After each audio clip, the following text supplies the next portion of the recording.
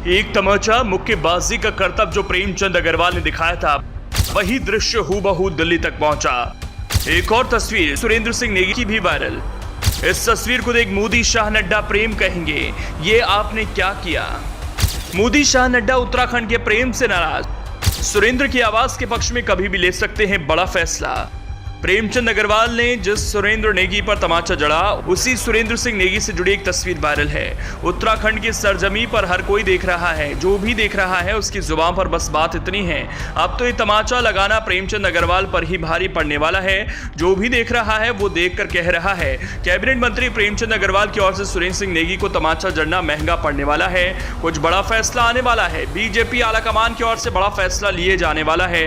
तस्वीर कुछ ऐसी है जिसे देखकर ऐसा लगता है जिस पर प्रेमचंद अग्रवाल ने अपना प्रेम भरा तमाचा जड़ा था, वो कहीं प्रेमचंद अग्रवाल की सियासत को जड़ से हिलाकर न रख दे। चर्चा तो यह भी है कि प्रधानमंत्री नरेंद्र मोदी तक प्रेमचंद अग्रवाल के कारनामे पहुंच चुके हैं।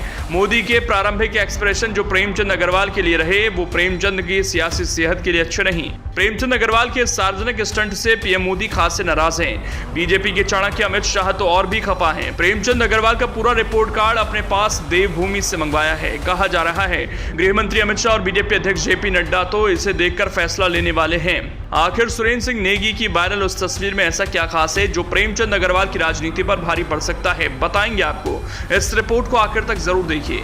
कभी कभी जब हम किसी को हल्के में ले लेते हैं, समझते हैं ये तो अपने सामने बौना है, कुछ नहीं कर पाएगा, चिल्लाकर रह जाएगा। अब यही गफलत कभी जिसे हल्के में लिया होता है उसके लिए मुसीबतों की वजह बन जाती है। राजनीति में तो हल्के में लेने जैसी तो बात ही नहीं होती, लेकिन कहते हैं कभी जब दिन अपने साथ ना हो, जब अपने मुगालते में खोए रहते हैं तो ऐसा हो जाता है जैसा कैबिनेट मंत्री प्रेमचंद अग्रवाल ने किया। अब बीजेपी के लिए जितना अहम उत्तर प्रदेश की राजनीति है, उतनी ही जरूरी उत्तराखंड में अपनी स्थिति को मजबूत कर बनाए रखना भी है, क्योंकि अगर उत्तराखंड की सियासी जमीन पर जरा भी असर हुआ तो हलचल यूपी की सियासी जमीन पर भी हो जाएगी। लेकिन प्रेमचंद अग्रवाल ने यही समझने में देरी कर दी, तो अब सियासी चाबुक चलने का डर सताने लगा। उनकी सोच में अब अनजाना सा डर समा गया, कहीं कुछ ऐसा ना हो जाए जैसा उन्होंने सुरेंद्र सिंह नेगी को तमाचा जड़ने से पहले सोचा नहीं था। मुक्केबाज बनकर मुक्केबाजी करने से परहेज नहीं किया था। अब जो नहीं सोचा था, अब ऐसा नहीं सोचने की वजह से ही चर्चा में है कि दिल्ली में बीजेपी आलाकमान उनसे नाराज है, मोदी नाराज हैं, शाह खफा हैं, जेपी नड्डा को फैसला लेने के मूड में है। ऐसा क्यों कह रहे हैं हम, उसकी वजह है। अब जरा इस तस्वीर को देख लीजिए जिससे प्रेमचंद अग्रवाल ब्लैकमेलर कह रहे हैं। वो सुरेंद्र सिंह नेगी आरएसएस का एक्टिव कार्यकर्ता रहा है। वो रोजाना संघ की शाखाओं में हिस्सा लेता है। संघ के जो भी कार्यक्रम होते हैं उनमें हिस्सा लेकर अपनी उपस्थिति दर्ज कराता है। सुरेंद्र सिंह नेगी ने उत्तराखंड में आरएसएस की विचारधारा को जनता के बीच प्रचार किया। यह तस्वीर गवाही दे रही है। सुरेंद्र सिंह नेगी का आरएसएस से रिश्ता काफी पुराना और गहरा है। अब ऐसे में आरएसएस के लिए समर्पित लोगों पर जब कैबिनेट मंत्री प्रेमचंद अग्रवाल अपने तमाचे की कृपा सत्ता के रसूख में बहकर बरसाएंगे, अपने मुक्के का दम दिखाएंगे, तो लाजमी है आरएसएस एक्शन मोड में तो आएगा ही, क्योंकि यह हमला न सिर्फ सुरेंद्र सिंह नेगी पर है, इनडायरेक्टली आरएसएस पर भी है। संघ के बारे में कहा जाता है वो अपने कार्यकर्ताओं को किसी भी कीमत पर अकेला नहीं छोड़ सकता।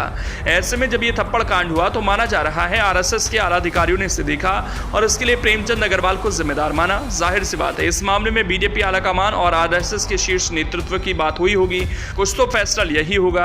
अब इसी वजह से माना जा रहा है उत्तराखंड में आरएसएस के खास त्रिवेंद्र सिंह रावत समेत बीजेपी के कई नेता प्रेमचंद अग्रवाल को आड़े हाथ ले रहे हैं। खुद मुख्यमंत्री पुष्कर सिंह धामी भी नाराज हैं। इसीलिए तो प्रेमचंद अग्रवाल को सीएम धामी ने तलब भी किया। अब अंदर खाने जो भी बात हो, लेकिन बाहर तो चर्चा है कैबिनेट मंत्री प्रेमचंद अग्रवाल को यह थप्पड़ महंगा पड़ने वाला है।